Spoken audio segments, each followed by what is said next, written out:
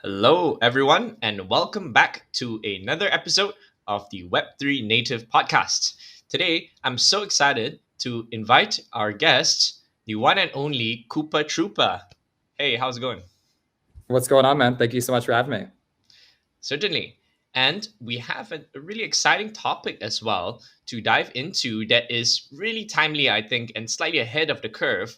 And so we have invited the perfect person to talk about it. Now, just for everyone who's maybe not heard of Coopahtroopa, aka Cooper Turley, we understand that your background is from something like 100 DAOs, right? Would you like to just elaborate a bit on that?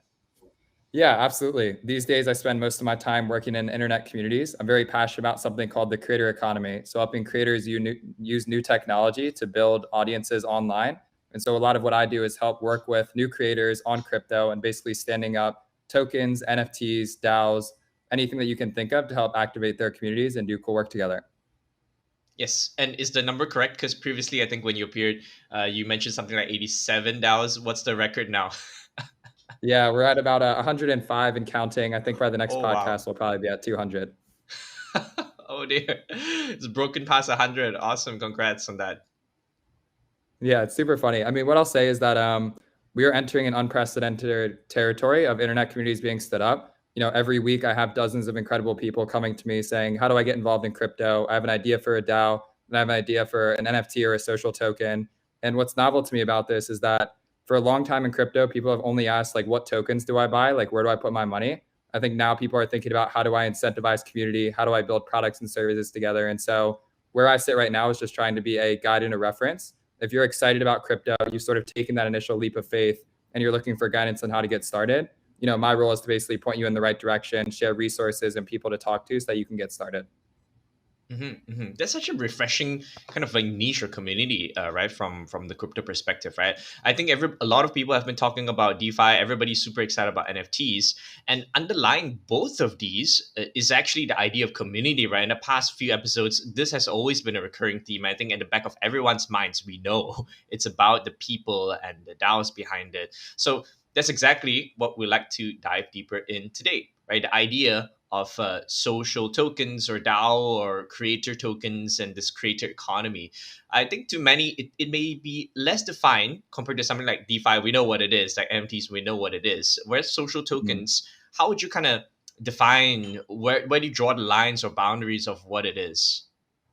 Yeah, so I think of social tokens as tokens that represent a brand, individual, or a community. With DeFi, you see financial products that have tokenized components to them. With NFTs, you see things like art or gaming assets that have tokenized components to them. But what I think is unique about social tokens, it's much more ethos-based and community-driven. You have a shared group of individuals that are coming together to solve some mission. Whatever that mission is completely undefined. And you now have financial assets in the form of fungible tokens that represent ownership in that collective.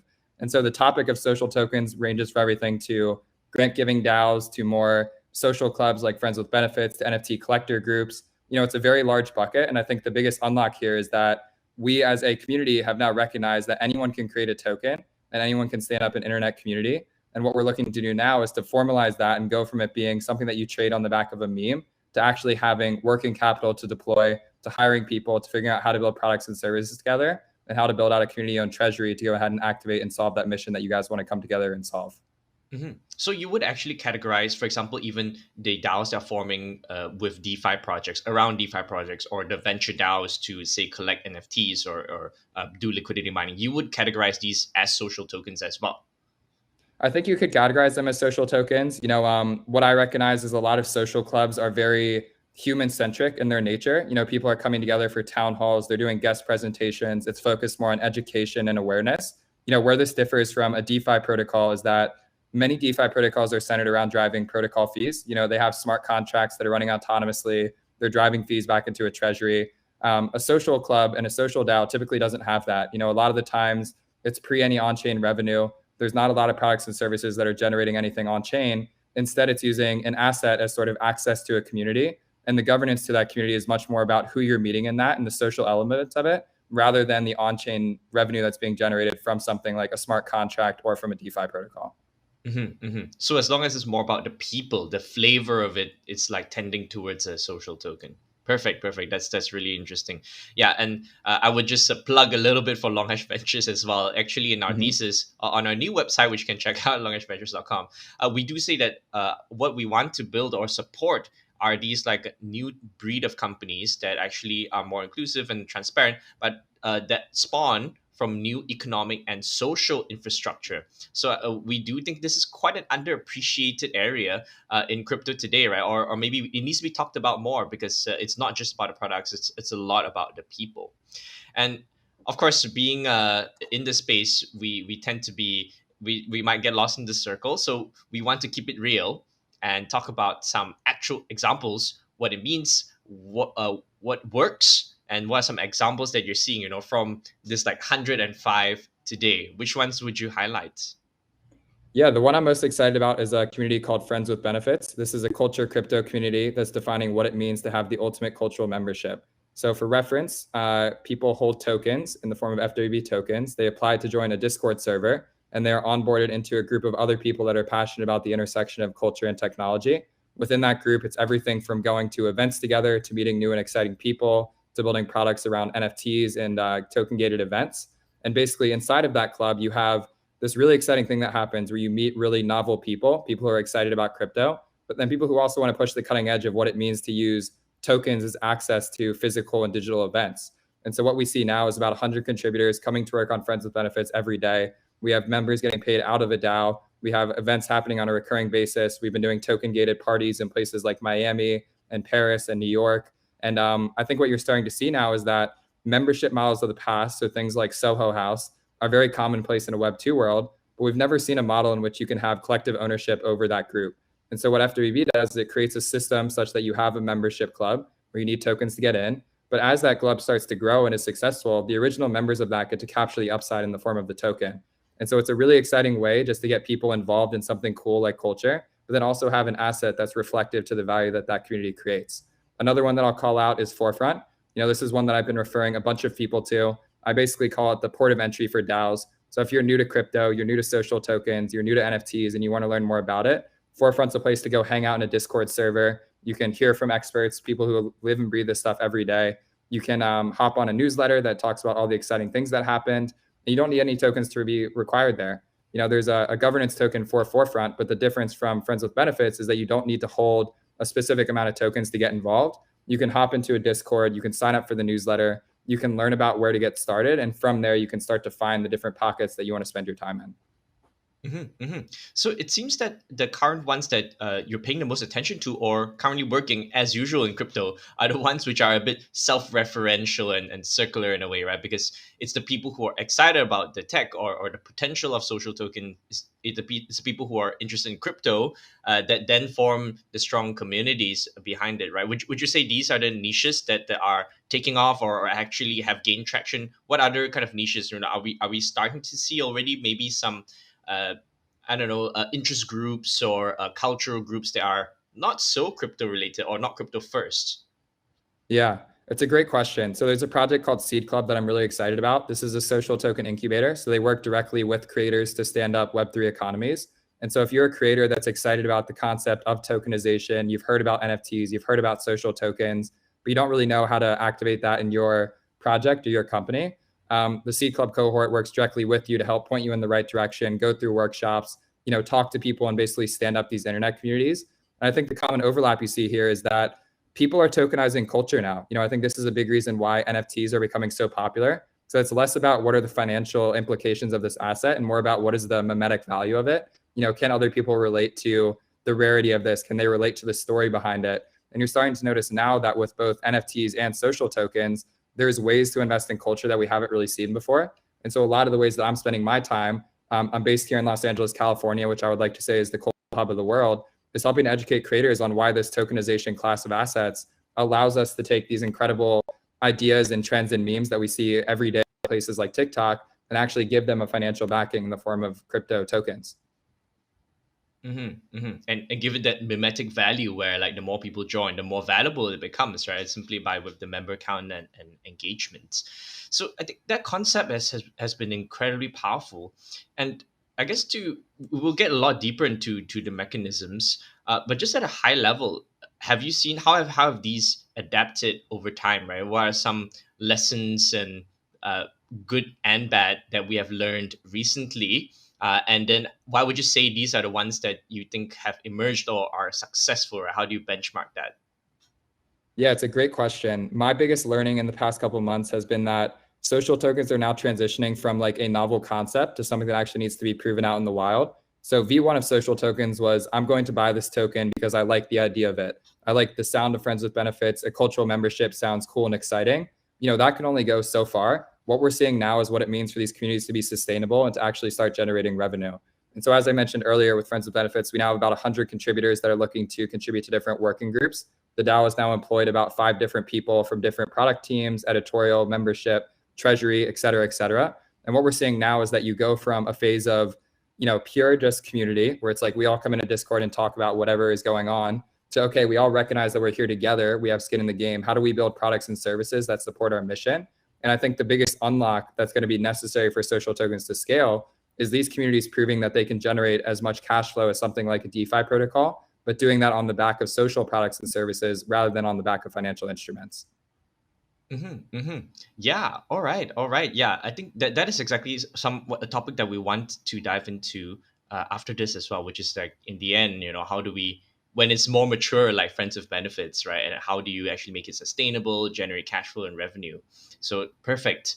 Of course, before we go there, maybe allow me to just unwind the clock a little bit to your memories of like how all these social tokens start, right? How are they kind of curated, the genesis of all of this?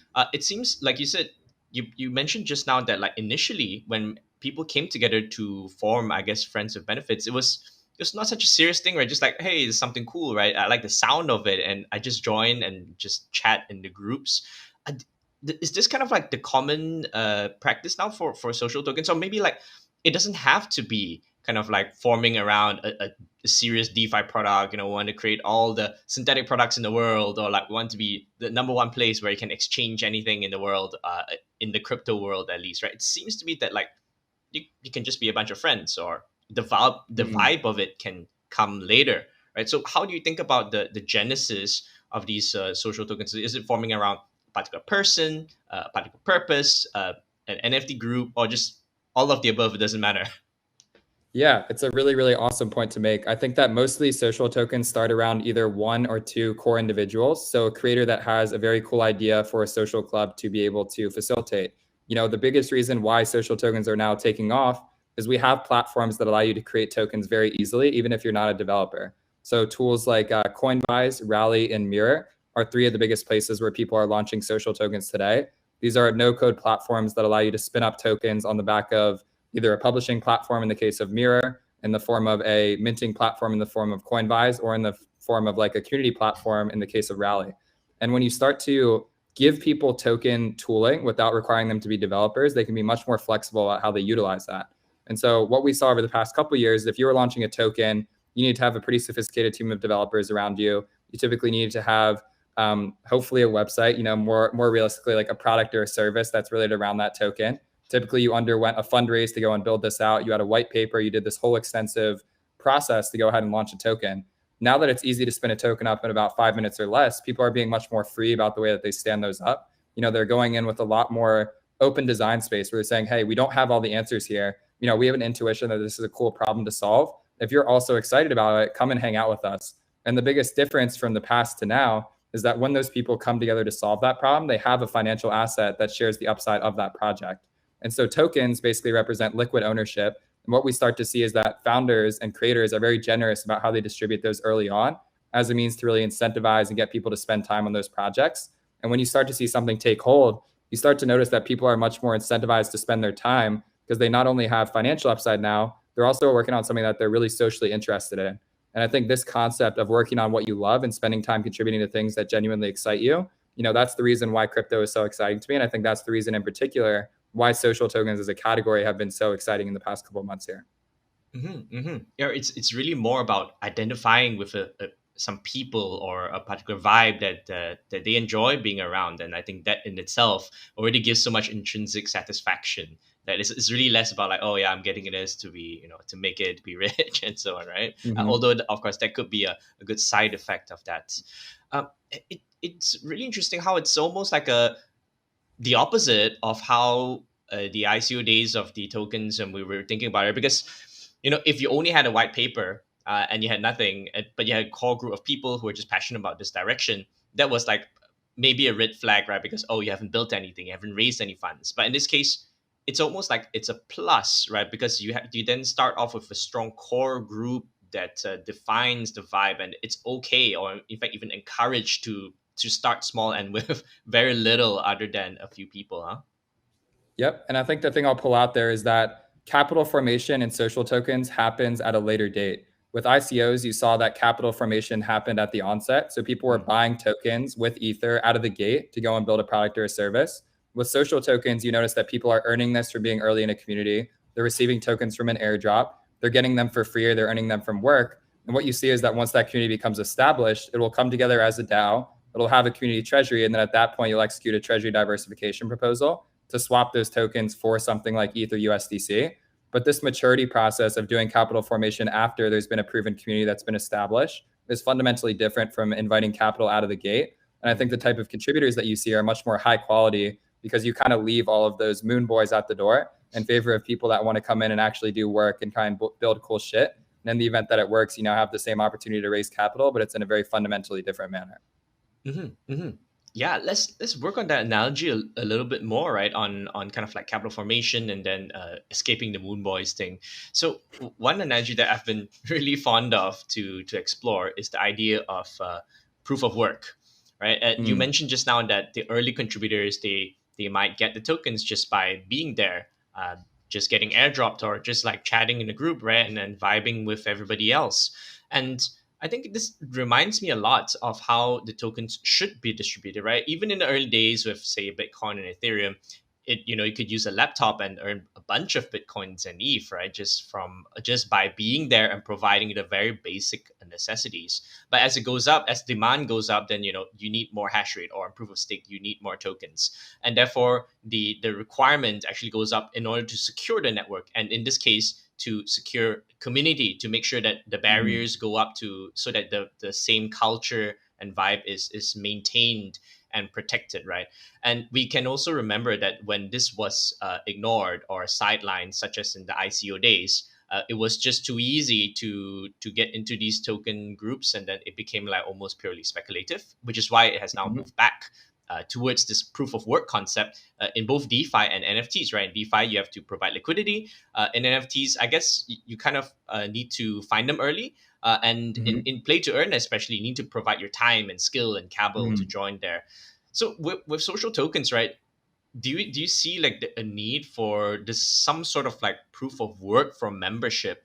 And I guess in the early days it may be okay, but later on, right? How, or do we need something even in the beginning, right? Rather than randomly people come find your Discord, because once people realize that this is a model that works, and they know that like, hey, social tokens going to be the next big thing, they're going to try to randomly join all of the Discord groups and social token groups that they can find, try to just like chip in here and there. How do we now separate the wheat from the chaff, so to speak? Yeah, fantastic point. I think decentralized org structures are fascinating. This is what I spend a lot of my time in on the DAOs that I work on, is how do we find active contributors and how we get them paid for their work?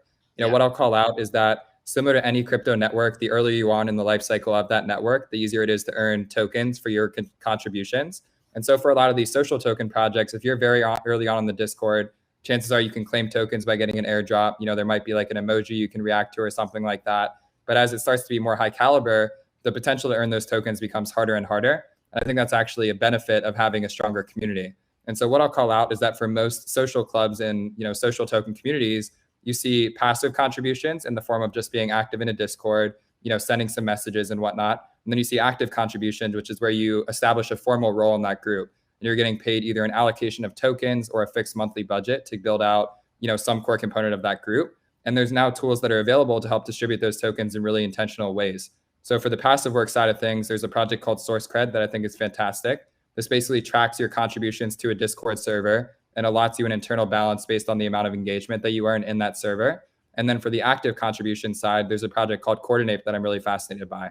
So this is a tool that allows you to allocate tokens to a working group and allows those contributors to vote amongst themselves on who should be receiving that capital. And so you're noticing now that there are these distribution and compensation tools to allow people to earn tokens from their work. And over time, you're going to notice that communities have these foundations and org structures in place that anyone can kind of poke around the surface of a community, maybe come pop into a Discord and earn a couple tokens here and there. But over time, there's going to be funnels in place that if I don't want to just be a passive contributor, if I really want to work for that protocol, I can slot into something like a product team and then be slotted into that Coordinate distribution and start earning meaningful stakes in this project in the form of these tokens, which represent ownership in that community. Mm-hmm, mm-hmm. So that works really well at the earlier stage, right? As you mentioned, with the airdrops and even social organizations coming in. And as it grows, now imagine that now the token is liquid and there's a pool on SushiSwap or Uniswap, and now technically anyone can buy the tokens and then be part of the Discord without contributing, so to speak, right? Do you see the need for some sort of like contribution or engagement to complement not just like buying the tokens to access? And how do we balance that with getting members in? Yeah, so onboarding is extremely, extremely important for social communities. I'm noticing this more and more every day. To give context for FWB, how it works is you submit an application to a membership committee. This is basically a 3 to 5 minute application process. You tell us who you are, what you're passionate about, who referred you to the community. And we have a host committee of about 15 members in FWB that review every incoming application. In order to join the community, you need to be approved by a vast majority of those members. You receive a welcome email, and from there, we invite you to buy the tokens and then come and access the community. But that barrier and that threshold where there needs to be some amount of time and energy contributed to show that you're intentional about joining, I think is extremely, extremely important. And I imagine a lot more communities are going to start using this. To give some context, early on in FWB, you could buy 50 tokens. You could go into the Discord and use a bot called Collabland basically to sync your wallet. If you held 50 tokens, you automatically got onboarded into the group. What we saw is that as the group got more cool and exciting, as more people were coming in and wanting to contribute that may not have fit the vibe or the ethos of that community. And so by standing up this membership committee, we had a way to basically ensure that there is a filter in place to make sure that the vibe was high, but then also make sure that that token gated aspect was met as well. And so over time, I think what you're going to see is that every notable social club will have a membership onboarding team that will not only be responsible for making sure you're applying to the group, but also helping to welcome you when you get into it, helping you to point you in the right direction, showing you who the cool people are, really holding your hand to get involved so that once you get popped into that Discord server, it's not like you're just floating around. You should have a clear direction of, hey, if I'm a designer, I'm going to go hang out here. If I'm really into NFTs, I'm going to go hang out here. And what I think that creates is a much more clear funnel where if you're buying an asset to join a community, you should feel active in how you're contributing. And these funnels will make it a lot easier to get started. And then hopefully over time, give you ways to earn more of those tokens for the work that you can contribute. Mm-hmm, mm-hmm. So this is, I think, an important point for all social tokens to remember, right? To have the additional kind of conditions and not just having those tokens in your wallet. Now, actually, this also applies to even, I wonder, certain DeFi projects, because I know you work on DeFi DAOs and so on. And I mean, we do see a trend like this, say with the token sales, like IDOs and so on, where you may need to like share this post on social media, or you might need to like and follow or retweet some things and share some posts, right? I guess that kind of is a little bit of proof of work, but it is a different vein where like, that does not, it's not a requirement for you to try to match the vibe, right? It's trying to do something a little bit useful. Do you think this kind of aspect of like social proof of work also can apply to things like NFT sales or even token sales? And we have seen some early examples, for example, in NFT sales, right? I think proof of participation, to be able to participate in sales, is very exciting. I think it gets dangerous when you start to incentivize actions that are not very I'll use the word ethical in nature, but like running up engagement on social media platforms, getting people to engage or retweet stuff that don't actually care about it. When you give people tasks to basically blow up your own project that aren't correlated to the growth of that community, it gets very, very dangerous. But I think what we see now is that holding assets that represent cultural membership, so something like a CryptoPunk or a Bored Ape, these are great examples of NFTs and asset classes that have cultural value. And your participation is the fact that you collected that prior to even knowing that there was another opportunity at your doorstep. And so the difference from, let's say, a campaign to share a tweet and then be able to buy an allocation in an ICO is that, I need to have known what was culturally relevant 6 months ago to be able to have the opportunity to contribute in this thing. I can't really front run that by spinning up 10 Twitter accounts and going and retweeting it from different addresses. I have to have proven that I am here and have understood this industry for a long time to be able to participate. And I think that's positive. I think for a lot of people that could be discouraging, saying, oh, if I'm too late to join the game, I can't get involved. But what does it encourage is for you to actually look under the hood about where are people coordinating, what are the most relevant projects in the space, and how do I get involved with that community? Because I know once I'm involved with that community, there are going to be many more opportunities that are unlocked right before me as a result of joining. Exactly, and that's the same with like you said, like the social curation part or discovery part that comes with, like, for example, punks, right? And I see now quite a few NFT projects are doing this whitelisting practice, even where, like, if you must be in the Discord beforehand to kind of like get a ticket to mint or like get whitelisted to join the sale. So it seems that all of these practices are emerging, and more projects need to pay attention to that. Of course, along the same vein, if we introduce these additional conditions before people can join certain groups, right? It also kind of surfaces the question of like inclusivity versus excludability or like exclusion in these social groups, right? I think there's a fundamental ethos in the crypto or Web3 space in general that we want these opportunities to be as available as possible. And, having some proof of participation and also capital requirements, at least in the later stage, like all these are inherently, either pricing people out or pricing like late people, people who are late away from it. So there's a balance to be struck, right, on like being wanting to still get people in, right? So how do we kind of balance this, I guess, irony with crypto culture?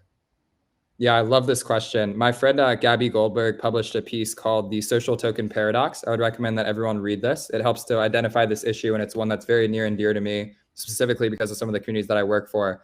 What I'll say from a high level is that early on, you're incentivized to get everyone into that community. Typically, the value to join that is very low, and there's a lot of rewards to be gained from taking a chance, maybe spending a couple $100s on a community, getting involved. But as these things become successful, to your point, the price to join just becomes outrageous. Today, to join a community like Friends with Benefits, it costs around $15,000, and that's just not sustainable, and that's not something that we want to have for the long period of time.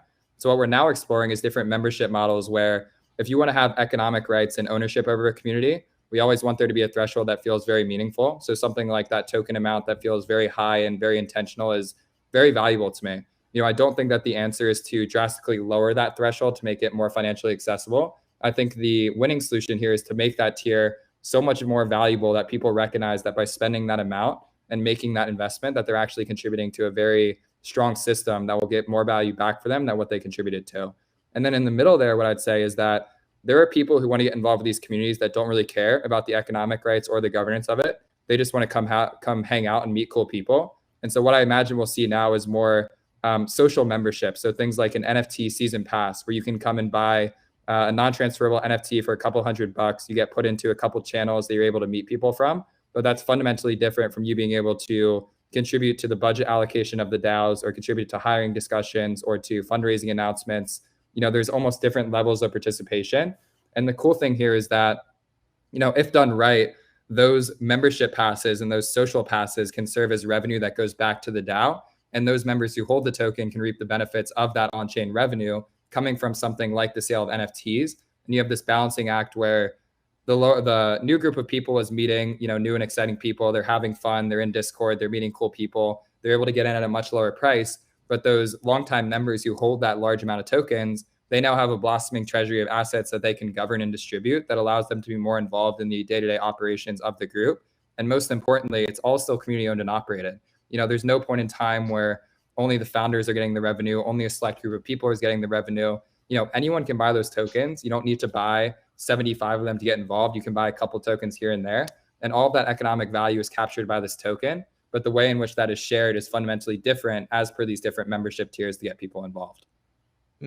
Right. So I hear the idea of membership tiers now. And in fact, this can, well, solve the problem of the barrier, so that because you have a differentiated one, and also bring in a revenue stream. That's kind of like, that's incredible, killing two birds with one stone.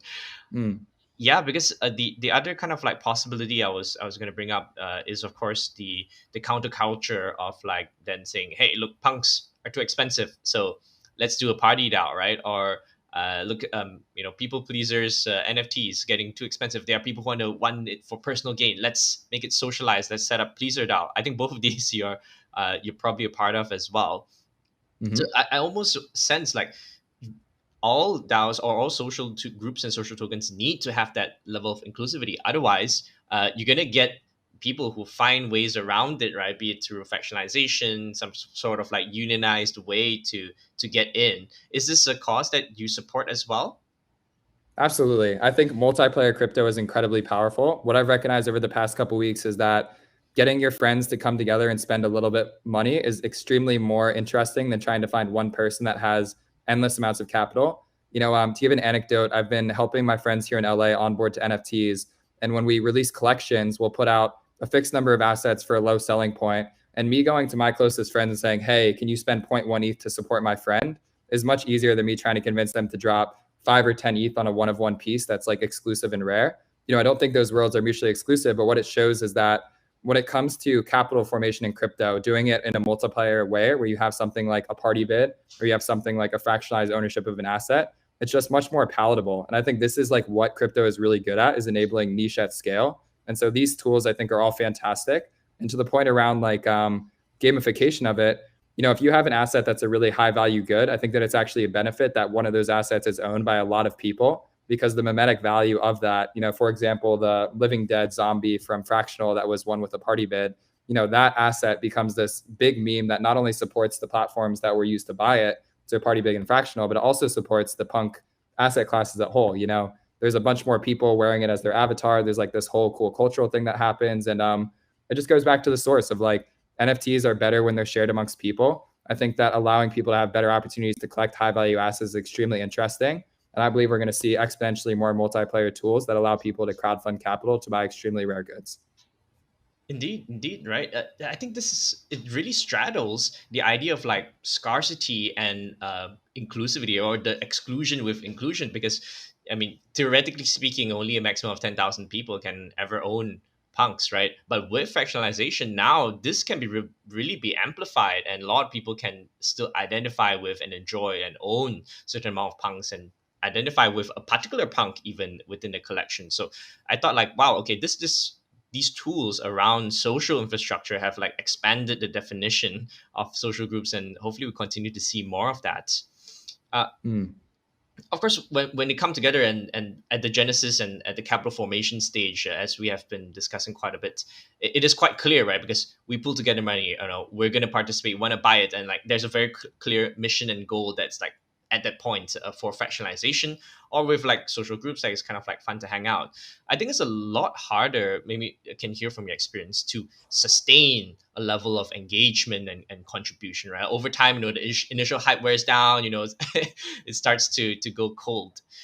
And I think that also somewhat requires some level of incentivization, or I think some ideas have come up with like membership refresh or something along those Mhm. lines, right? Have you seen this happen in some of the social groups, and how do you balance that with the idea of like, if I own something, I shouldn't lose it, right? Like they are an owner, and you can't take it away from them, but do you take away certain rights for them to then have a say in governance if they're inactive?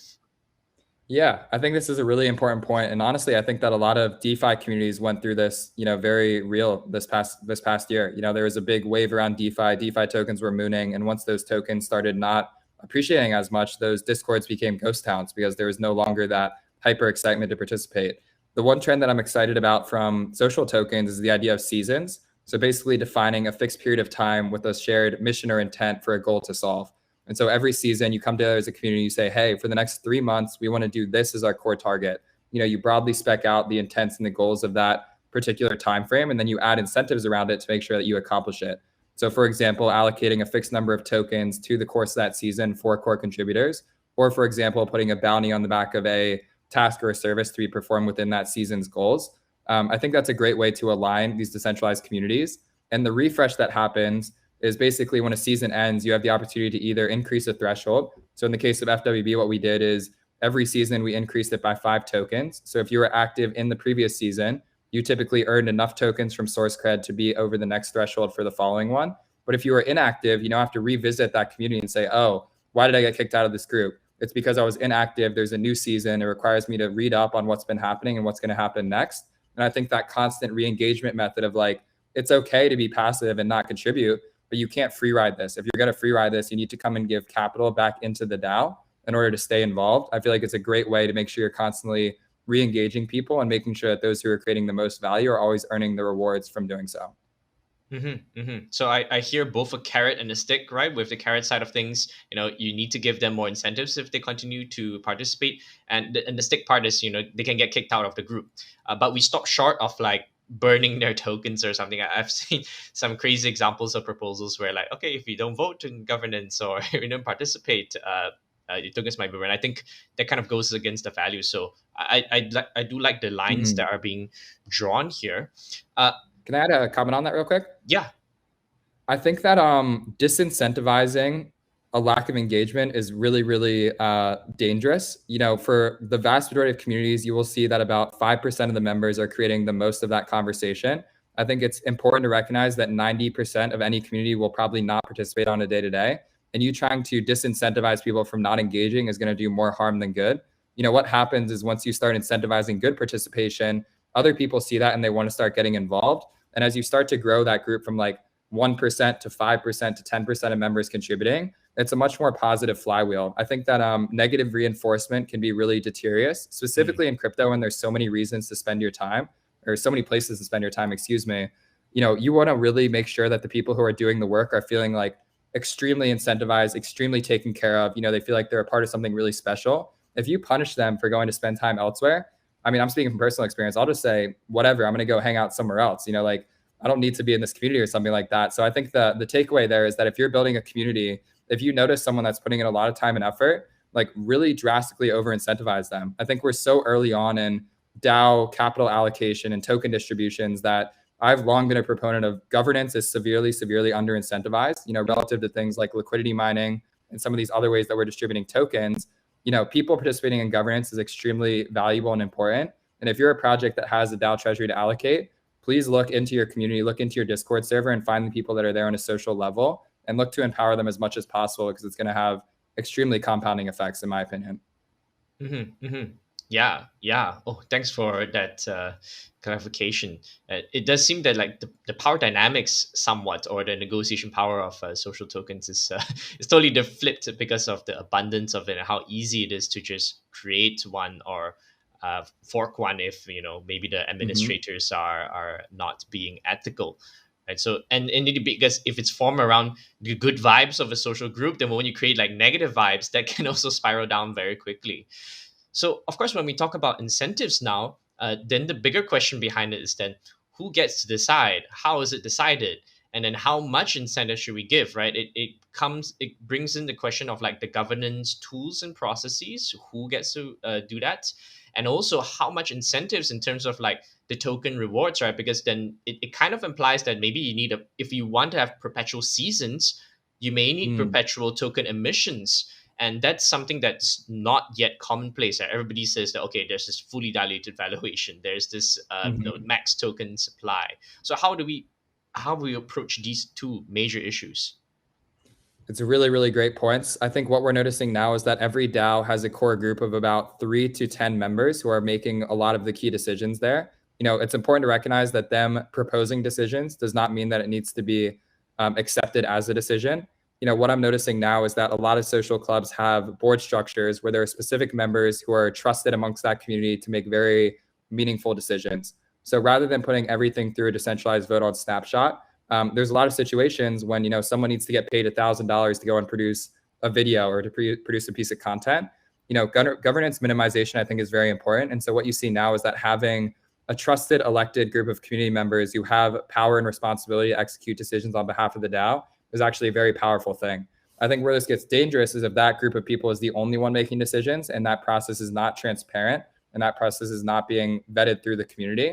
And so you kind of have this balancing act where the community almost needs to appoint a specific group of individuals to have more power than the rest of them. But then there's always this checks and balance games where if that core group of leaders is being too centralized in their decision making, the rest of the community can vote to either have them slashed, to have either members removed or recycled and whatnot. And I think this is the process that we see today.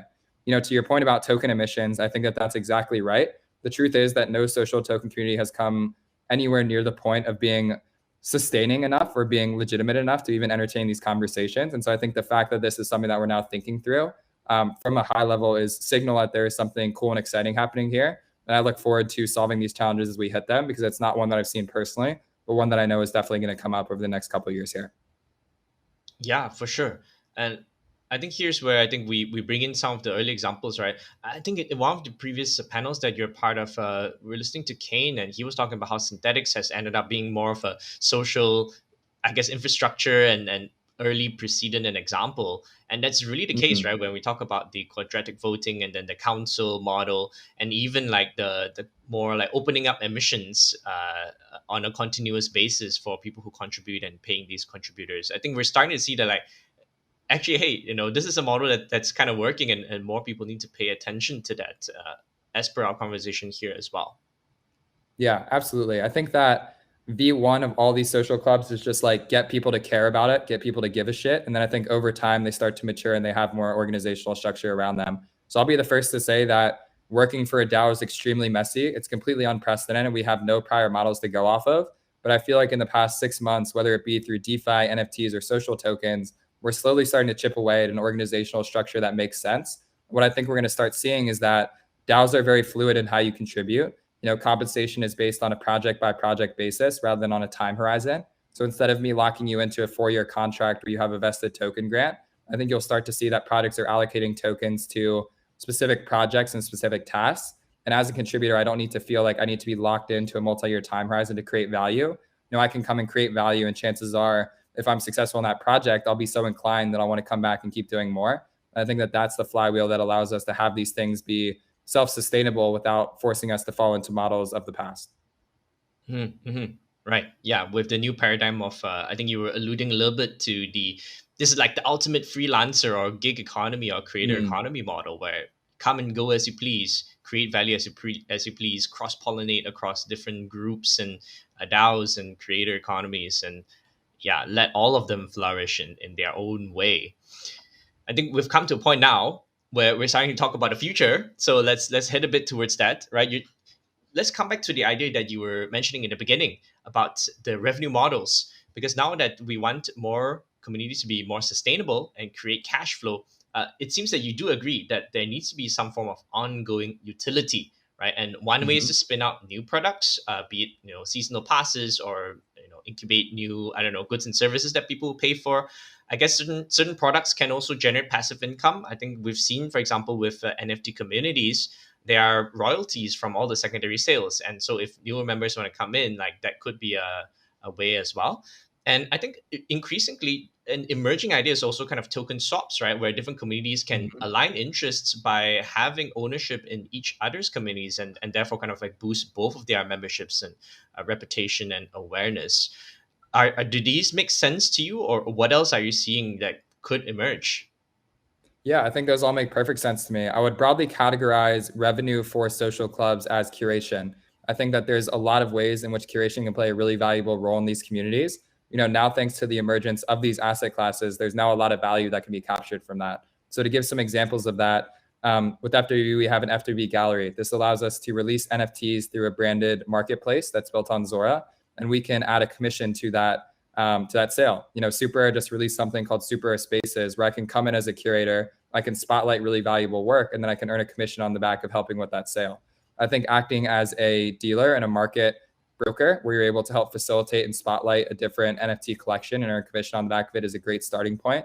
I think to what you said before, DAOs are going to be releasing more and more assets. You notice now that there are these avatar collections, there are different NFT drops and whatnot. I think that a lot of these communities will end up doing different merchandise models, digital merchandise. They'll start selling NFTs. They'll have secondary royalties in perpetuity. That will all go back to the DAO, which I think is incredible. And then I think the last one is just thinking about how to, really play around with membership dues. I think in one world, people are just holding tokens to be in a community forever. I think in another model, there are things like fellowships, there are things like scholarships, and you start to notice that, maybe on-chain revenue isn't only about the amount of ETH or USDC that you're generating, but it's also a little bit more cyclical in the sense of how do we give back tokens to this community to onboard new members? And those members are going to create more value for this community, which is going to drive token price upwards. And what I see as the winning formula here, which is basically what we see with DeFi tokens, is like some benchmark level of on-chain revenue from curation and the sale of something like NFTs, and then a very strong placement on community values and on social capital. And you'll start to notice that community tokens are basically a premium placed on the value of a DAO treasury. The sentiment and ethos of a community is almost more valuable than the assets that they're holding in their wallet address. And so what you see is kind of a 1-2 punch where it's like, let's go and sell NFTs, let's generate some commission, some revenue, but then let's really go to bat and get people out there talking on Twitter, out them in the real world during IRL events and spreading the likeness of this community. And I think that a lot of people are going to start investing more on the back of the sentiment or the idea of a community more than they are on the back of the balance sheet or the treasury holdings of that DAO or that treasury. Kind of like the mimetic value as the amplifying force behind any good or service that you're providing, right? That's exactly right. Awesome. There are a couple other future trends that I'd love to bring up. Just two more. One is actually on the convergence with, say, the other trends, right? The DeFis, the NFTs, and DAOs. This is where I think, I'm not sure whether we're seeing enough of this yet, right? Because as more capital formation forms, as we have goods and services, not only do we need governance, now we also need treasury management or diversification. We need like more mature tools to govern this, and then maybe even integrate with different DeFi tools, right? I might want to lend out against it, or I might give people a trial of my social tokens. Who knows? You definitely need liquidity for that. You might allow people to have, say, the success options if it does well, or some success-based options based on like performance metrics of the DAO, be it like membership or contributions. Do you see some early examples or signs of this as well? Yeah, it's a great point. I see DeFi as a toolkit for social token communities. So some of the tools that we use actively in the DAOs I'm a part of, Gnosis Safe Multisig is an obvious one that everyone uses. I'm excited about a tool called Parcel, which plugs into a Gnosis Safe Multisig and allows you to do more bulk payments. It allows you to do treasury distributions. It allows you to track HR payments and whatnot. So just more organizational type tooling. We use things like Sablier and Superfluid to go ahead and route token payments to contributors. So allowing you to have like more fluid ownership models and whatnot, I think is really, really exciting. And then under the hood, for treasury management, there are protocols like Ribbon Finance, which are doing an incredible job of generating yield for unproductive assets. So for example, single-sided liquidity where you deposit USDC into a vault and Ribbon goes in, does put options and does all this crazy DeFi shit that earns you an attractive yield. There are ways which DeFi communities can help plug into social token DAOs to put capital to work in a way that doesn't feel super risk intensive. The reason why I mentioned Ribbon is that a lot of the times in DeFi, we notice that APY is tied to like highly risk intense asset, investments. So things like providing a liquidity provision with impermanent loss, or staking in a protocol that has unaudited smart contracts or something like that. But more and more, I think we're going to notice that people want to place their assets in places that have limited risk. And so lending protocols like Aave and Compound, I think, are kind of the default here. But you'll notice that as treasury managers get more sophisticated, they will be able to take advantage of things like Ribbon Finance, of Charm, of Visor, like Uniswap v3 liquidity provision processes. And what you're going to notice is that a lot of these assets that are sitting in the treasury that have been earned from curation and from commissions are now going to be generating yield and making that treasury more and more valuable over time.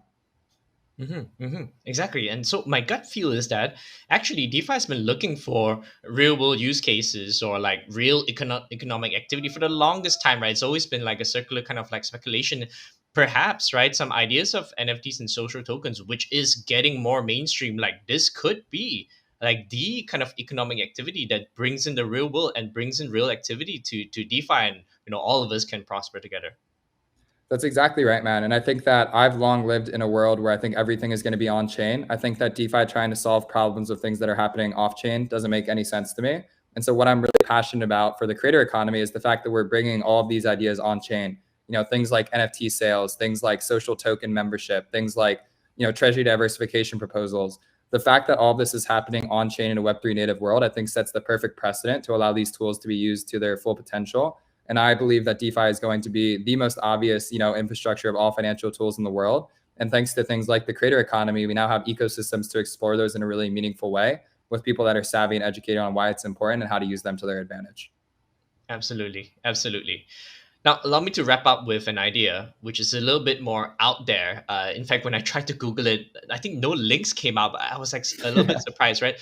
Even though I hear people talking about it, which is the idea of NTFs. It's not a Mhm. mistake. It's not. I'm not referring to NFTs, but rather non-transferable fungibles, which is, I think, to me, it could manifest as an NFT. It could manifest as an attestation on your NFT itself, something that forms your identity. It seems that, like, as we form these social groups, right, identity becomes an ever increasingly important part, right? Your social reputation, your social capital, all gathers around, accumulates around your identity. But it seems that it's still fluid, right? What if I just give away my membership token? I give away the tokens I have, or I get hacked and somebody gets access to that. I need a way to still prove my identity on chain.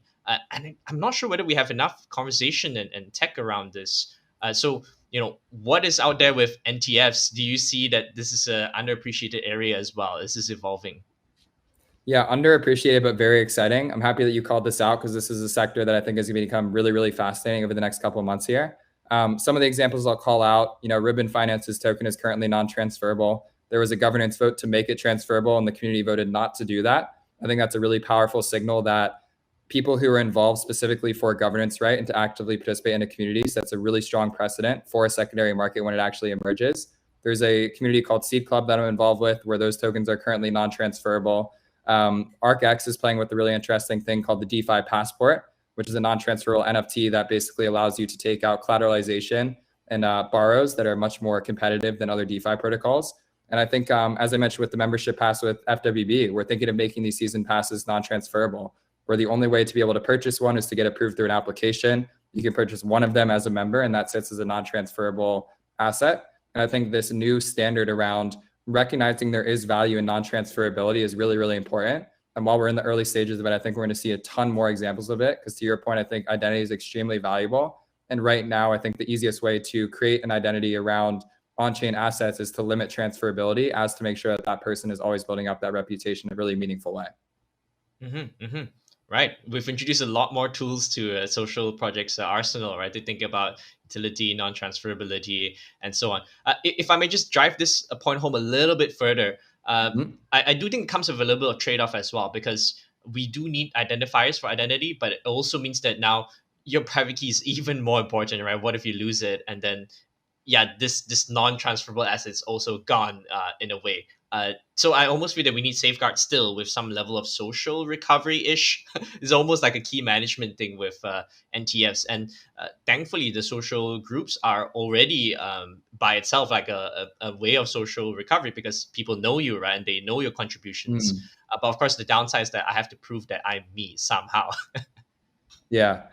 Yeah, I think what we're going to notice is that a lot of the platforms that are using Web3 bots today, so platforms like Discord, are going to become extremely more Web3 native. And so what you're going to notice is that your identity is not only tied to your on-chain wallet addresses. I think a lot of these platforms are going to start reading your assets on-chain to ascribe you an identity on their platform. And over time, you're going to notice that the act of connecting MetaMask is not the only way to build an identity online. The platforms that you can contribute to, the servers that you join, I'll give a great example. When I see someone DM me on Discord, I'm at about 200 servers on Discord. And the reason I'm in those servers is that when someone messages me, I can see how many we have in common. And immediately on our first message, if they have more than 10 servers in common with me and they all look like great servers, I know that I can trust this person. We can have a valuable conversation. Obviously none of that is happening on chain, but that's just one example of the fact that like social proof can live off chain. And in crypto, I think that there's a combination of both on-chain identity and off-chain identity. And I think a lot of these social platforms are going to do a lot of interesting work to help bring those to be one and the same. Absolutely, absolutely. And I think this idea of the mutual service is a particularly powerful one. I think this is essentially the social graph or social network that's forming, right? And my gut feel or my personal take on this whole decentralized social media thing is that, hey, maybe the platform really doesn't matter, right? It's about the social networks that are forming. And if we already have that with the social tokens, with the NFT communities and the DAOs, right? Like, you know, technically this is already subverting the power of the platforms, right? Because they now don't hold our networks hostage. Like we have the relationships off on chain or curated with tokens, and perhaps this is the starting point of a truly decentralized social network that's global. That's exactly right. I think what you're going to start to notice here is that when communities become powerful enough, they're going to go off platform. They're going to create their own social networks. They're going to create their own custom Reddits. They're going to create their own custom Instagram and Twitters and Facebooks and whatnot. And it's a very exciting world, man. I mean, I think that the reason why I love crypto is that people are so cutting edge in how they spend their time online. You know, I have never found a time in my life where I open my computer and get more joy out of talking to people online. And I think the fact that people recognize that social media is a weapon when used effectively is a really valuable signal that we have something really powerful at our disposal here. And that's why I've dedicated my entire life to helping to figure it out. Awesome. I think that's a perfect note to end it. Thank you so much, Cooper, for joining us today. Is there anything you would like to shout out? Where do we reach you, and where do we find some of the groups that you're most excited about? Yeah, I'd say the easiest place to reach me is on Twitter at Coopahtroopa. You'll notice in my bio, I have a bunch of communities that I'm involved with. In my profile, there's a link to an alias page, which has all of the podcasts that I've spoken on. It has a lot of my tweets and different communities that I reference. So definitely check that out. On Discord, I'm Coopahtroopa number 9799. That's where I spend most of my time online. So if you've made it this far into the podcast and got to the point of learning about where my Discord is, please shoot me a message. I'd be happy to have a conversation about this talk or anything that might excite you. Awesome. Awesome. Thank you so much again, Cooper. We hope to see you again soon. Thank you for having me, man. This was fantastic. All right. Thank you, everyone, and see you next time.